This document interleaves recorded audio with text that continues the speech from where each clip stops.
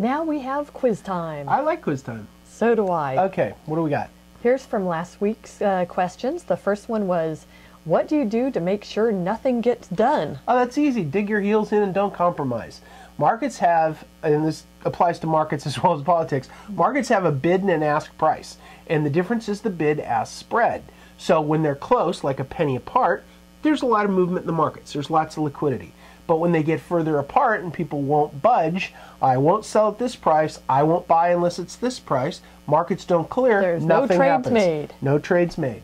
Next one is, why is being the cleanest dirty shirt a problem? Well, because if you're the cleanest dirty shirt, you might have a little complacency in cleaning up your own act.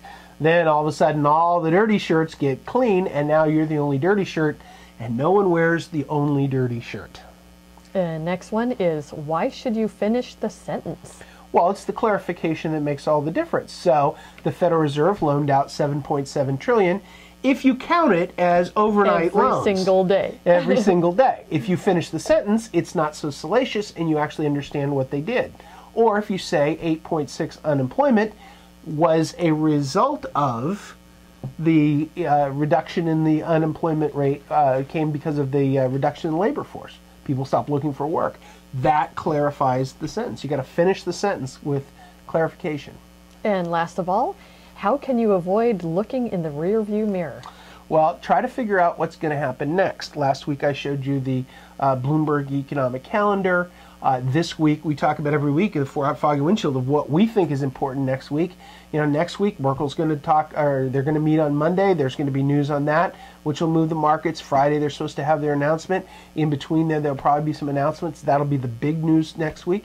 There'll be some other news. More volatility to follow. That's right. China is going to come out with its economic numbers. Those will be huge. We're wondering if China is going to keep going. So, you know, you think forward and don't worry about last week, worry about next week, and keep trying to figure out what's going to happen next week and how to position yourself for that.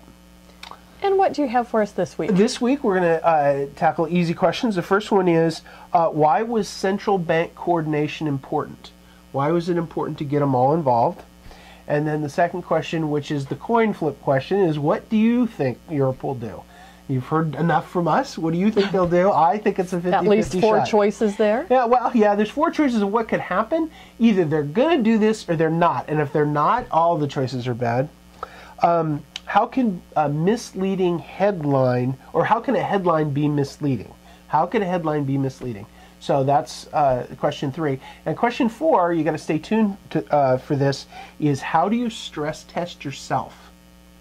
How do you stress test yourself? So we're going to do a little stress testing, so stay tuned.